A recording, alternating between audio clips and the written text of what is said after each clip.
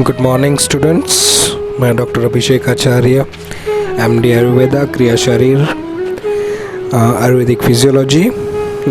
हमारी जो लेक्चर की सीरीज़ चल रही है ऑलरेडी नर्वस सिस्टम, जिसमें पार्ट 1 और पार्ट 2 हो चुके हैं, जिसमें हमने अभी तक बेसिक नर्वस सिस्टम के बारे में देखा, नर्वस सिस्टम के सेल्स के बारे में देखा, main cell and supporting cells, neurons के बारे में डिटेल में हमने ऑलरेडी देख लिया है।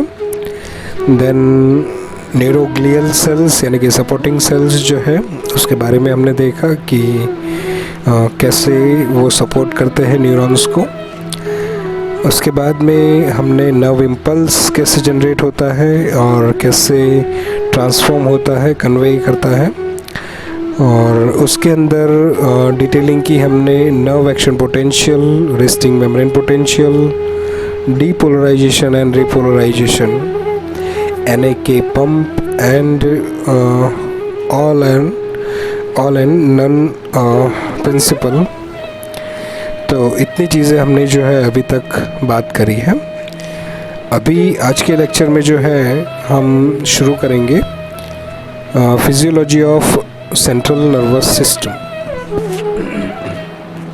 Physiology of central nervous system, okay, जिसके अंदर एनाटॉमिकली ब्रेन के पार्ट्स हमें पता होने चाहिए, जो मेन है cerebrum, then pons, then medulla, mid brain and cerebellum. ये बेसिक पार्ट्स हैं जो हमें याद रखने हैं। सेरेब्रम के अगेन 4 लोब्स हैं, जिसे फ्रंटल लोब जो आगे की तरफ होता है, पेरिफेरल लोब जो थोड़ा सा ऊपर की तरफ है, टेम्पोरल लोब जो कान के बाजू में या कान के ऊपर की साइड, और ऑसिपिटल लोब जो पीछे की साइड होता है। और ऑसिपिटल लोब्स के बराबर नीचे सेरेबेलम जो है वो होता है। और सेरेब्रम, जो हमने सेरेब्रम की बात की अभी, सेरेब्रम, उसके नीचे जो है वो मिड ब्रेन और डायनसेफेलॉन रहेगा, यानी डायनसेफेलॉन के अंदर हाइपोथैलेमस, थैलेमस जो है वो आते हैं। उसके बाद में मिड ब्रेन, जिसे मेसेनसेफेलॉन भी कहा जाता है, then pons and then medulla and continue with the spinal cord. तो इतने जो पार्ट्स है उसका फिजियोलॉजिकली एक्शन कैसे और क्या होता है ये जानना बहुत ज़रूरी है। जैसे कि ये आपको 10 मार्क के अंदर क्वेश्चन आ सकता है, explain the physiology of nervous system, central nervous system. तो आपको ये पूरी चीज़ें डिटेलिंग करनी है।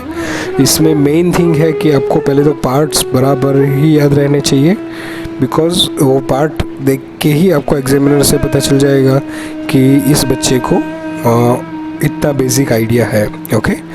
तो पार्ट्स अगर पता नहीं हुए और भले ही आपने पूरा डिटेलिंग किया हो, वहाँ से ही आपके मार्क्स कट होना शुरू हो जाएंगे। तो पहला जो बेसिक इम्पोर्टेंस है, पार्ट्स का नाम और उसके सब टाइप्स और ये सारी चीज़ें आपको पता होनी चाहिए। और अगेन सर्टेन टाइप्स और क्लस्टरिंग ऑफ दिस पार्ट्स है, जैसे कि उसमें एक टर्मिनोलॉजी आएगी ब्रेन स्टेम, जिसके अंदर जो है वो कंसिस्ट करता है medulla oblongata, pons and mid brain, okay. तो जिसे कहा जाता है ब्रेन स्टेम। स्टेम आपको पता होना चाहिए, जो नॉर्मली वृक्ष या जो वनस्पति रहती है उसका जो बाग पूरा रहता है स्टेम, और उसके बाद में जो है वो रूट्स ज़मीन में चालू होते हैं। तो स्टेम पार्ट क्या करता है, उसे पकड़ के रखता है, उसे सर्वाइव करता है, उसको सपोर्ट देता है। तो हमारा ब्रेन स्टेम के अंदर ऊपर के बाजू मिड ब्रेन, उसके बाद नीचे पॉन्स एंड उसके बाद में मेड्यूला ऑब्लोंगेटा, ये 3 चीज़ें होती है। मेड्यूला के बाद में तुरंत स्पाइनल कॉर्ड चालू हो जाएगी। देन डायनसेफेलॉन, जैसे मैंने बोला, इसके अंदर इंक्लूड होंगे thalamus and hypothalamus. Then again brain के 3 पार्ट्स अलग तरीके से कहे गए हैं। उसमें है for brain, mid brain and hind brain, HIND, hind brain. For brain के अंदर इन्होंने इंक्लूड किया है cerebrum, thalamus and hypothalamus. Mid brain वो एक है, और हिंड ब्रेन इसके अंदर 3 चीज़ें इंक्लूड की है, pons, medulla oblongata and cerebrum, cerebellum. इसमें ध्यान रखें कि ब्रेन स्टेम और हिंड ब्रेन के अंदर कंफ्यूज ना हो। ब्रेन स्टेम जो है वो नाम के हिसाब से ही आपको पता चलेगा कि जो मिडिल साइड के ऊपर जो स्ट्रक्चर होते हैं, हाँ, स्टेम जो है वो हमेशा मिडिल साइड में रहता है।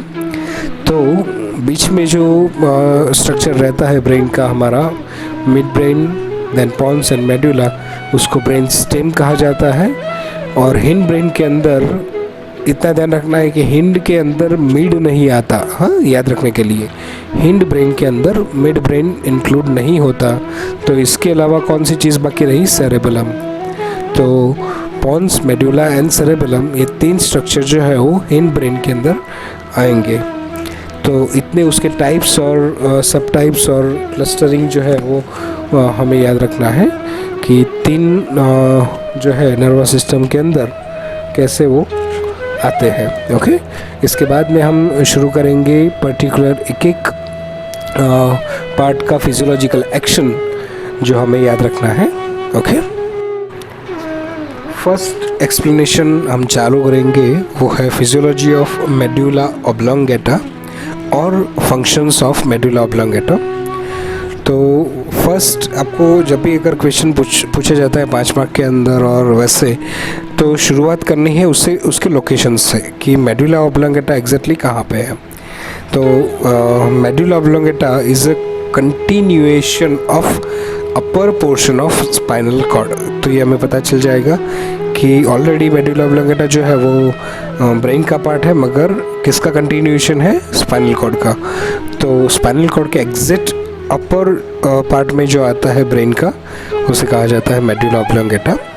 Then medulla oblongata consist of all ascending and descending tracts that communicate between spinal cord and the nervous various parts of the brain. Okay, अभी यहाँ पे 2 अगेन वर्ड्स आते हैं, असेंडिंग एंड डिसेंडिंग ट्रैक्ट्स, जो आगे हम डिटेल में explain करने वाले हैं डेफिनेटली। मगर इसमें ध्यान रखना है क्योंकि स्पाइनल कॉर्ड का ये कंटिन्यूएशन पार्ट है, तो जो भी पेरिफेरी में से सेंसेशन आने वाले हैं, सेंसरी और सेंसेशन जाने वाले हैं, मोटर, तो ये दोनों जो है उसके को कहाँ से जाने वाले हैं? ट्रैक्ट्स, यानी हम सिंपल वे में अगर उसे याद रखें तो उसे कहा जाता है रोड्स। ओके, जैसे हाईवे और रोड वहाँ पे होता है हमारा, जिसमें दोनों तरफ जो है व्हीकल्स चलते हैं जाने और आने के लिए। ओके, तो वैसे ही यहाँ पे ट्रैक्ट्स जो है वो काम करते हैं। तो यहाँ पे दोनों ट्रैक्ट जो है वो वन वे है, जैसे कि असेंडिंग ट्रैक्ट्स, तो उसमें सिर्फ नर्व फाइबर्स ऐसे होंगे जो ऊपर की तरफ जाएंगे, और दूसरा होगा डिसेंडिंग ट्रैक्ट, यानी कि जो नर्व फाइबर है वो सिर्फ नीचे की तरफ जाने वाले हैं। तो ऑब्वियसली मेडुला जो है वो ब्रेन का एंट्रेंस है, तो सारे के सारे ट्रैक्ट्स मेडुला से ही जाएंगे, बिकॉज जस्ट लाइक वो एक टोल प्लाज़ा के साथ हम कोरिलेट कर सकते हैं कि सारे के सारे चीज़ें टोल प्लाज़ा में से ही हमारे सारे व्हीकल्स जाएंगे, वैसे ही मेडुला में से सारे नर्व फाइबर असेंडिंग और डिसेंडिंग जो है वो जाने वाले हैं। ओके, अभी मेडुला ऑब्लोंगेटा के अंदर एंटीरियर और पोस्टीरियर थोड़े से स्ट्रक्चर्स आते हैं, तो उसके बारे में देखेंगे और उसमें क्या काम होता है, यानी कि फंक्शंस होता है, वो देखेंगे। उससे पहले एक छोटा सा एक्सप्लेनेशन, क्योंकि अभी आगे कई जगहों पे आपको ये वर्ड्स सुनाई देंगे, वो है वेंट्रल एंड डॉर्सल। ये मार्क करना है हमें, वेंट्रल एंड डॉर्सल। तो वेंट्रल पार्ट या वेंट्रल साइड, ऐसा कुछ अगर आपको सुनने में या पढ़ने में आता है तो ये याद रखना है कि ventral is equal to anterior side, आगे की साइड। ओके, वेंट्रल यानी एंटीरियर साइड और डॉर्सल यानी पोस्टीरियर साइड। ओके, तो ये 2 वर्ड जो है वो नर्वस सिस्टम के अंदर काफ़ी बार आपको सुनाई देंगे, स्पेशली इन स्पाइनल कॉर्ड, तो ध्यान में रखें।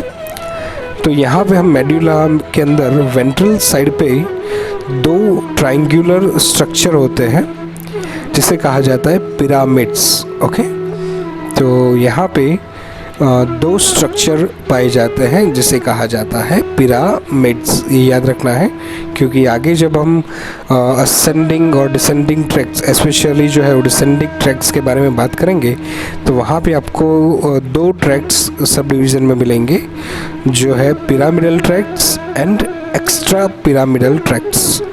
Pyramidal tracts and extra pyramidal tracts. Okay, तो यहाँ पे जो पिरामिड शेप के ट्रायंगुलर जो स्ट्रक्चर आते हैं यहाँ पे, उसमें जनरली जो है वो लार्जेस्ट मोटर ट्रैक्स जो है वो पास होते हैं।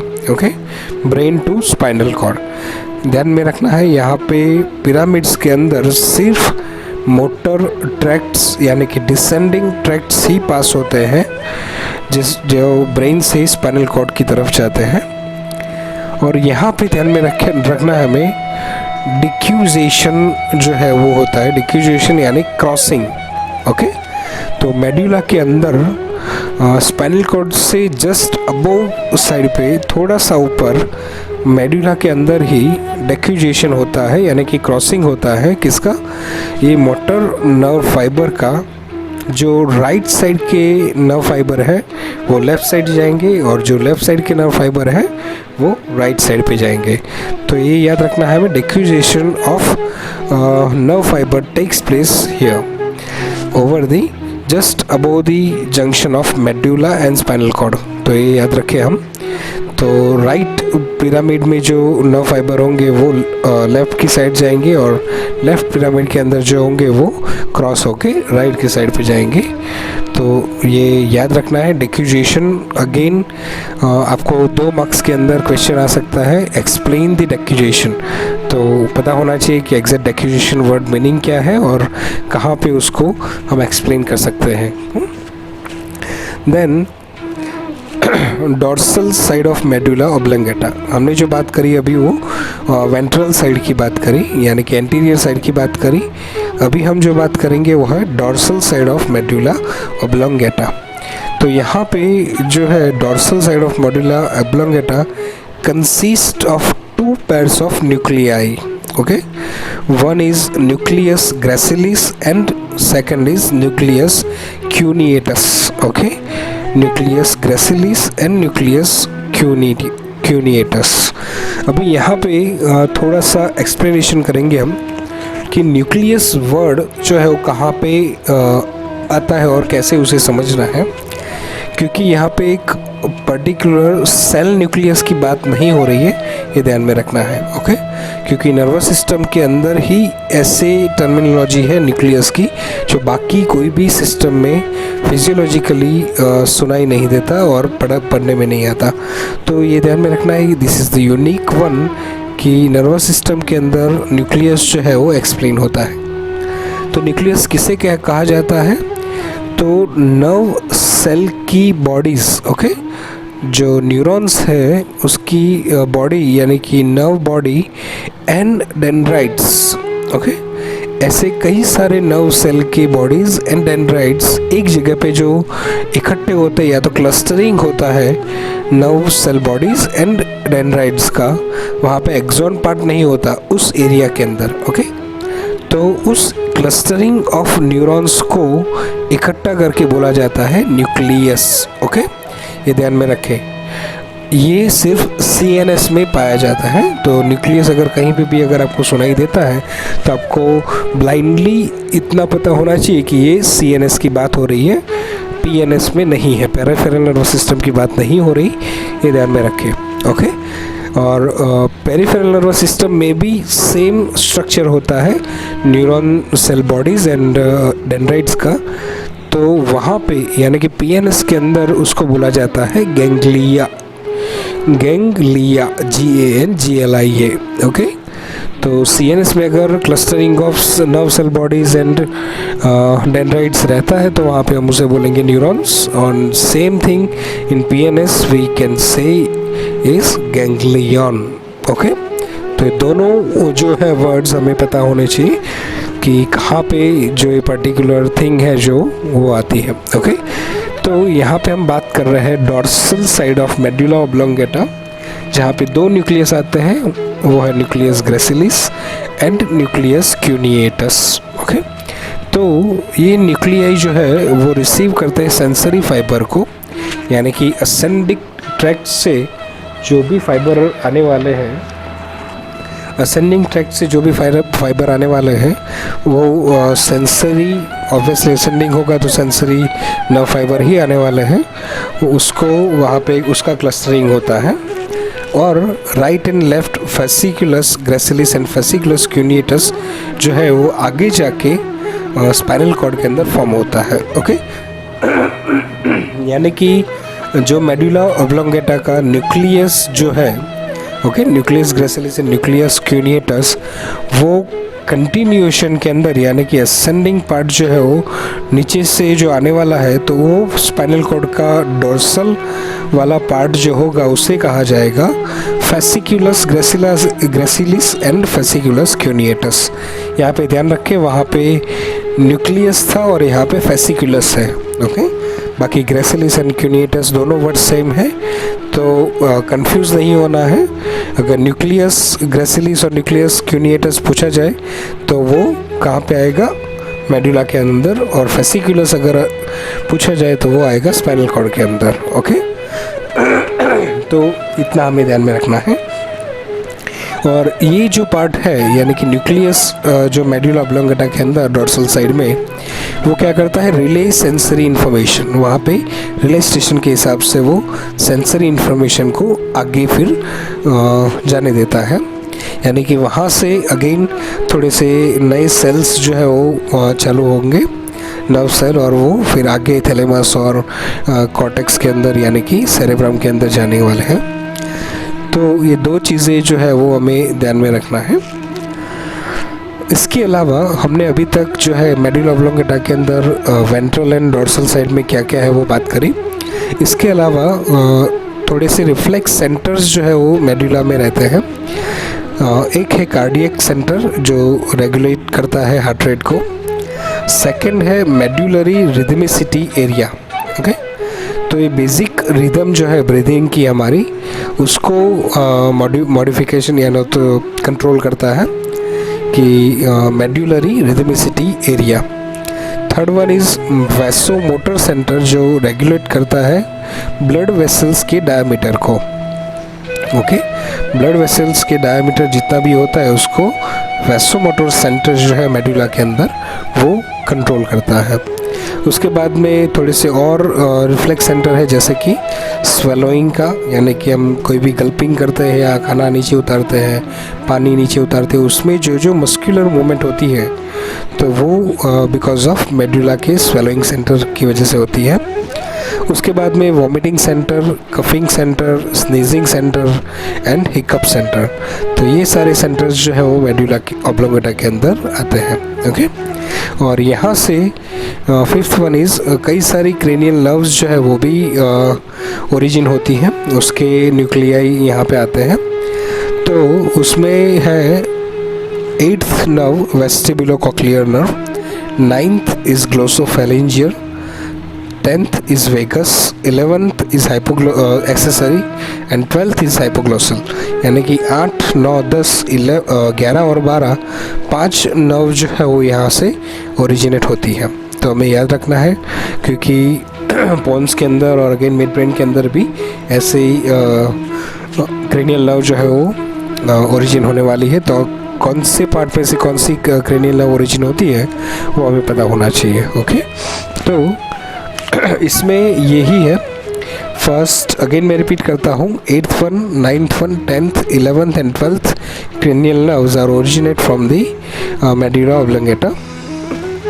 Then effect of medullary injury, अगर पैथोफिजियोलॉजिकली कोई चेंजेस हुआ इसके अंदर मेडुला के अंदर, तो first thing is cranial nerve mall function होगा। तो ये याद रखना है कि बिकॉज क्रेनियल नर्व जो है 5 जो यहाँ पे रिलीज़ होती है, उसके अंदर अगर कोई भी डैमेज हुआ तो वहाँ पे माल फंक्शनिंग शुरू हो जाएगी। And second one is paralysis और loss of sensation on the opposite side of the body. तो यहाँ पे जो डिसेंडिंग ट्रैक्ट्स जाते हैं पिरामिड्स के अंदर, अगर वहाँ पे कोई ट्रॉमा या ऐसा कुछ भी हुआ तो अगेन हमें जो है वो पैरालिसिस या तो लॉस ऑफ सेंसेशन जो है वो हो सकता है, मगर अपोजिट साइड होगा वो ध्यान में रखना है, बिकॉज डिक्यूजेशन जो है वो मेडुला में होता है। Then irregular respiratory rhythm and cardiac heart beat यानी जो है वो भी इरेगुलर हो सकती है, बिकॉज उसके भी सेंटर यहाँ पे आते हैं। तो ये 4 पॉइंट जो है वो पैथोफिजियोलॉजिकली अगर मेडुला के अंदर कोई भी इंजरी होती है तो वहाँ पे हो सकता है हम उसे कंटिन्यू कर सकें। ओके,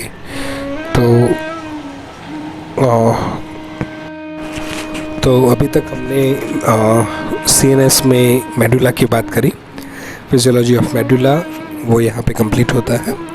इसके बाद में हम देखेंगे फिजियोलॉजी ऑफ पॉन्स यानी कि functions of pons. Actually pons का वर्ड मीनिंग ही होता है ब्रिज। ओके, तो पॉन्स ब्रिज के रूप में यहाँ पे काम करता है। कैसे? एक तो मेडुला से पॉन्स के through mid brain and then cerebrum के अंदर जो है वो नर्व फाइबर जाएंगे, और second one is transverse nerve fibre वहाँ पे रहते हैं, वो है सेरेब्रम के अंदर ट्रांसफ़र होते हैं। ओके, तो पॉन्स जो है वो जनरली ब्रिज के रूप में काम करता है, जिसमें 2 नर्व फाइबर आते हैं, सेट ऑफ नर्व फाइबर जो है longitudinal fibre, and second one is transverse fibre. Okay, तो longitudinal fiber belong to the motor and sensory tract that connect to spinal cord medulla with the upper part of the brain, and then transfer fiber are connected with the cerebellum। तो ये हमें ध्यान में रखना है। Then इसके अंदर भी क्रेनियल नर्व जो है वो ओरिजिन होती है, तो वो है trigeminal nerve, 5th one, 6th one abducens nerve, 7th one facial nerve, and 8th में जो वेस्टिबुलर कॉक्लियर ऑलरेडी मेडुला में ओरिजिन हो रही थी, उसमें वेस्टिबुलर ब्रांच जो है उस नर्व की, 8th नर्व की, वो पॉन्स के अंदर ओरिजिन होती है। तो याद रखना है हमें कि वेस्टिबुलर ब्रांच कहाँ से ऊपर होगी, अगर वाइवा में पूछा जाता है तो you have to answer is कि पॉन्स के अंदर से vestibular branch of vestibular cochlear nerve 8th one वो यहाँ से ओरिजिनेट होती है। देन पॉन्स जो है वो मेनली कंट्रोल करता है ब्रीदिंग मोमेंट्स को, क्योंकि उसके अंदर pneumotaxic area and apneustic area, ये जो 2 एरिया है वो पॉन्स के अंदर आते हैं। याद रखना है हमें, pneumotaxic area and apneustic area वो है पॉन्स के अंदर में आते हैं। Pons together with medullary rhythmicity area controls the respiration, यानी कि पॉन्स जो है वो मेनली रेस्पिरेशन के ऊपर काम करता है। तो ये थोड़ा सा हम कोरिलेट कर सकते हैं कि हमारी जो जब भी हम स्ट्रेसफुल कंडीशन में आते हैं तो पॉन्स डायरेक्टली इफ़ेक्ट होता है, और उसकी वजह से जो है हमारा रेस्पिरेशन अल्टर हो जाता है, यानी कि हम बहुत ज़्यादा सांस लेने लगते हैं, या तो हमारी सांस रुक जाती है, सफोकेशन फीलिंग होती है, जस्ट लाइक कि पैथोफिजियोलॉजी में क्लॉस्ट्रोफोबिया है, और जनरली है कि एंग्जाइटी डिसऑर्डर्स है, तो उसके अंदर पॉन्स का डायरेक्ट रोल हो सकता है।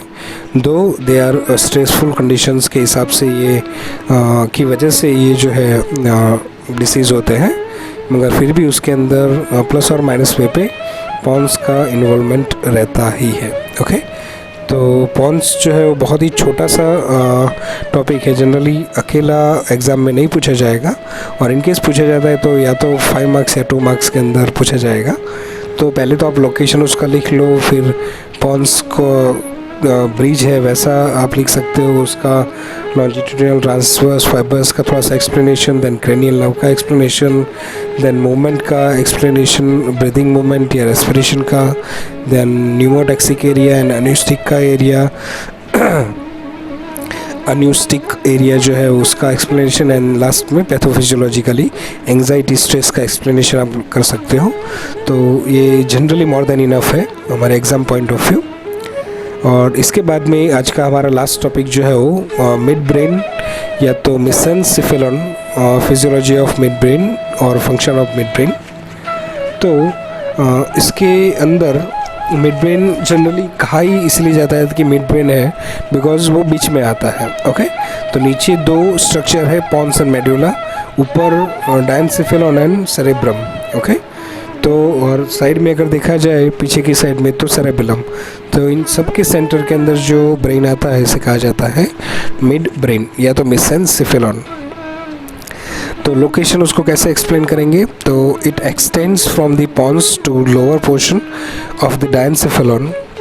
तो नीचे पॉन्स से लेकर ऊपर डायनसेफेलॉन यानी कि थैलेमस हाइपोथैलेमस तक जो है वो मिड ब्रेन रहता है। दी सेरेब्रल एक्वेडक्ट, अभी याद रखना है यहाँ पे अभी CSF का फॉर्मेशन शुरू होगा और यहाँ से जो है उसकी मूवमेंट शुरू होगी।